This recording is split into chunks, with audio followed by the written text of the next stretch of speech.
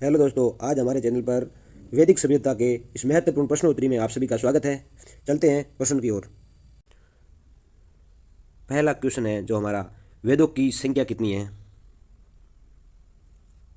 इसका सही आंसर होगा 4। 4 वेदों की संख्या है। सबसे पुराना वेद कौन सा है? ऋग्वेद, सामवेद, यजुर्वेद, अर्थवेद। इसका सही आंसर है जो है ऋग्वेद। ऋग्वेद सबसे पुराना वेद है। ऋग्वेद में कितने मंडल हैं? 5, 10, 12, 15। तो ऋग्वेद में कुल 10 मंडल है। गायत्री मंत्र का उल्लेख किस वेद में है? ऋग्वेद, सामवेद, यजुर्वेद, अर्थवेद। तो गायत्री मंत्र का उल्लेख है जो ऋग्वेद में है। ये आंसर सही होगा। गायत्री मंत्र का उल्लेख ऋग्वेद के किस मंडल में? इसका सही आंसर होगा वो सी, तीसरे मंडल में गायत्री मंत्र का उल्लेख है ऋग्वेद में। ऋग्वेद में सबसे पवित्र नदी किसे कहा जाता है? इसका सही आंसर होगा वो सी, सरस्वती को ऋग्वेद में सबसे पवित्र नदी कहा जाता। सबसे नया वेद कौन सा है? सबसे नया वेद है वो है अर्थवेद। डी आंसर सही होगा। वैदिक काल में राजा जनता से जो कर वसूल करता था उसे क्या कहते थे? वैदिक काल में राजा जनता से कर वसूल करता था उसे क्या कहते थे? उसे कहते थे बलि। बी आंसर सही होगा। सत्यमेव जयते कहाँ से लिया गया है? इसका सही आंसर होगा डी, मुंडकोष निषेध। मुंडकोप निषेध। ऋग्वेद में किसका उल्लेख है? मंत्र का, जादू का, आयुर्वेद का, संगीत का। इसका सही आंसर है वो है मंत्र, ए। ऋग्वेद में कुल ऋचाओ मंत्रों की संख्या कितनी है? ऋग्वेद में कुल मंत्रों की संख्या कितनी है? 10,000, 10,500, 11,600, 10,600। तो ऋग्वेद में मंत्रों की संख्या है वो है 10,600। डी आंसर सही होगा। सामवेद में किसका उल्लेख है?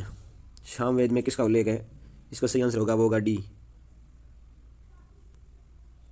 भारतीय संगीत का जनक किस वेद को कहते हैं? भारतीय संगीत का जनक है वो है हमारा सामवेद। सामवेद को भारतीय संगीत का जनक कहा जाता है, सामवेद। बी आंसर सही होगा। वर्जुवेद में किसका उल्लेख है? मंत्र का, कर्मकांड का, आयुर्वेद का या फिर संगीत? तो वर्जुवेद में उल्लेख है जो है कर्मकांड। बी आंसर सही होगा। अर्थवेद में किसका उल्लेख है? अर्थवेद में किसका उल्लेख है? कर्मकांड, संगीत, मंत्रों, रोग निवारण में जादू टोना। तो इसका सही आंसर होगा वो बी, रोग निवारण जादू टोना है वो अर्थवेद में उल्लेखित है। उपनिषदों की संख्या कितनी है? उपनिषदों की संख्या कितनी है? 4, 68, 1008, 108, 12। तो उपनिषदों की संख्या है 108। इसका सी आंसर सही होगा। अभी तक हमारे चैनल को आपने सब्सक्राइब नहीं किया है तो प्लीज़ सब्सक्राइब करें और बेल आइकन दबाएं, क्योंकि अगला वीडियो आपके साथ सबसे पहले नोटिफिकेशन के माध्यम से जल्दी से आ सके। और प्लीज़ हमारे चैनल को अपने दोस्तों के साथ शेयर करें। आगे बढ़ते हैं। उपनिषद को अन्य किस नाम से जाना जाता है? उपनिषद को वेदात के नाम से भी जाना जाता है। सी आंसर सही होगा। उपनिषद को किस नाम से जाना है? वेदात। वेदांगों की संख्या कितनी है? वेदांगों की संख्या है जो है 6। बी आंसर सही होगा। व्याकरण की सर्वप्रथम रचित पुस्तक है। व्याकरण की सर्वप्रथम रचित पुस्तक कौन सी है? वो है अष्टाध्यायी। अष्टाध्यायी। बी आंसर सही है। अष्टाध्यायी की रचयिता कौन थे? कालिदास, वेदव्यास, पाणिनि, अष्टावक्र। इसके सही आंसर है पाणिनि। सी आंसर सही है।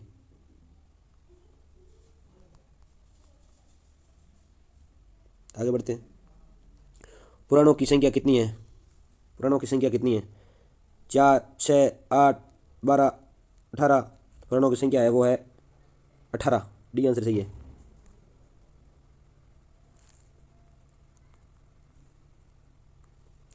वैदिक आर्यों का मुख्य भोजन क्या था? वैदिक आर्यों का मुख्य भोजन था वो चावल और दाल, सब्जी और फल। जौ और चावल तो इसका मुख्य भोजन था। तो दूध और इसमें उत्पादक जो भी थे उसमें बी आंसर इसका सही होगा। निम्नलिखित में से कौन सा अन्न मनुष्य द्वारा सबसे पहले प्रयोग में लाया गया? मनुष्य द्वारा पहला प्रयोग में लाया गया क्या था? वो था जौ। ये आंसर सही होगा।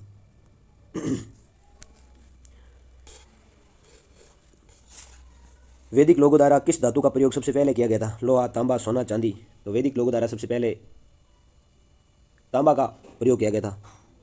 सी आंसर होगा, बी आंसर होगा।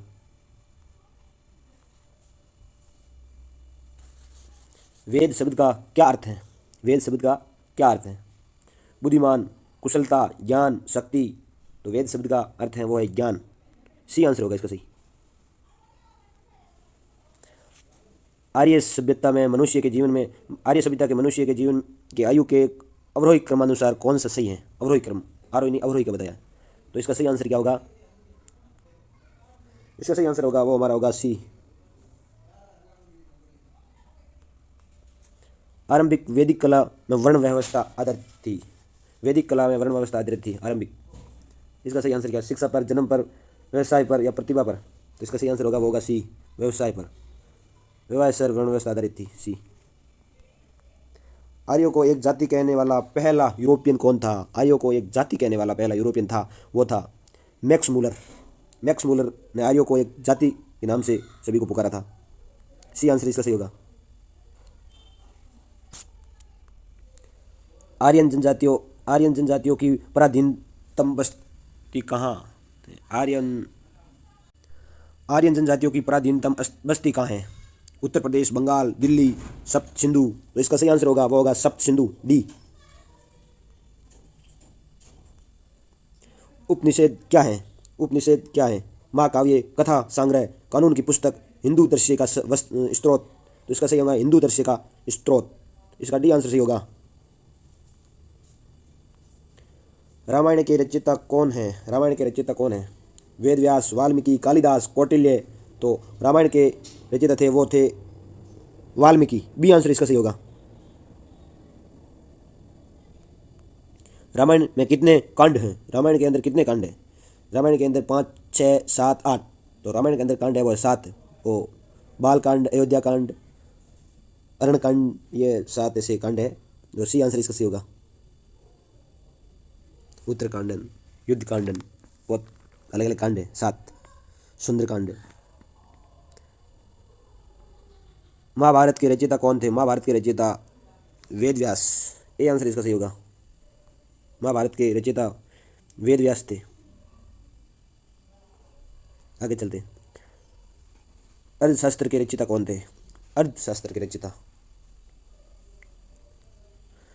इसके कौटिल्य थे। और कौटिल्य को और भी किसके नाम से जाना जाता है? विष्णुगुप्त तथा चाणक्य के नाम से भी जाना जाता है। इसको कौटिल्य को विष्णुगुप्त चाणक्य के नाम से जाना जाता है। इसका सही आंसर होगा डी। मेघदूत के रचयिता कौन है? मेघदूत के रचयिता हैं वो है कालिदास। कालिदास जी वेद दूत के रचयिता हैं। सी आंसर इसका सही होगा। सॉरी, कालिदास की प्रथम रचना क्या थी?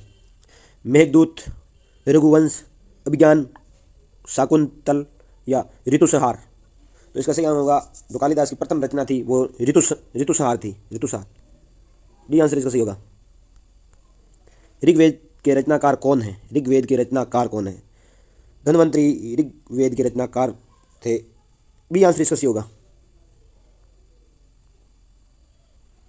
वर्जुवेद के रचनाकार कौन? वर्जुवेद के रचनाकार विश्वकर्मा, धन्वंतरी, विश्वामित्र या भरतमुनि। विश्वामित्र थे वो वर्जुवेद के रचनाकार थे। सी आंसर इसका सही होगा। श्यामवेद के रचनाकार कौन? श्यामवेद के कौन थे? श्यामवेद के भरतमुनि थे हमारे। भरत जी श्यामवेद के रचनाकार थे। डी आंसर इसका सही होगा। अर्थवेद के रचनाकार कौन? अर्थवेद के रचनाकार थे वो थे विश्वकर्मा अर्थवेद के रचनाकार थे। इसका आंसर होगा ए। वेदों के टिकाऊ को क्या कहते हैं? वेदों के टिकाऊ को क्या कहते हैं? वेदों के टिकाऊ को कहते हैं ब्रह्मांड ग्रंथ कहते हैं। ए आंसर इसका सही होगा।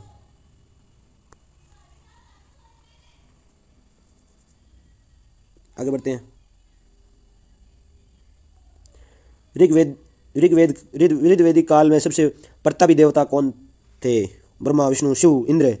तो ऋग्वेद काल के अंदर सबसे प्रतापी देवता थे वो थे इंद्र। डी आंसर इसका सही होगा। सर्वप्रथम कर लगाने की प्रथा किस काल में शुरू हुई थी? सर्वप्रथम कर लगाने की प्रथा थी वो उत्तर वैदिक काल में शुरू हुई थी। बी आंसर इसका सही माना जाएगा भाइयों। दोस्तों बी आंसर इसका सही होगा। अर्थवेद को किस अन्य नाम से भी जाना जाता है? अर्थवेद को ब्रह्मदेव के नाम से भी जाना जाता है, ब्रह्मदेव। ये आंसर इसका सही होगा। ओम कहाँ से लिया गया? ओम ओम लिया गया है, वो लिया है वृहदारण्य उपनिषद, वृहदारण्य उपनिषद। सी आंसर इसका सही होगा। आगे बढ़ते हैं। वैदिक युग में यह कहाँ जाता है? यह वैदिक युग में यह कहाँ जाता है? यह है जो के अंदर जाता है, जो। डी आंसर सही होगा। मनुस्मृति की रचना किसने की थी? मनुस्मृति की रचना की थी, जो की थी मनु ने। मनुस्मृति मनु ने की थी। बी आंसर सही होगा। योग दर्शन का प्रतिपादन किसने किया? योग दर्शन का प्रतिपादन किसने किया था? पंतजलि ने किया था, योग। बी आंसर सही होगा।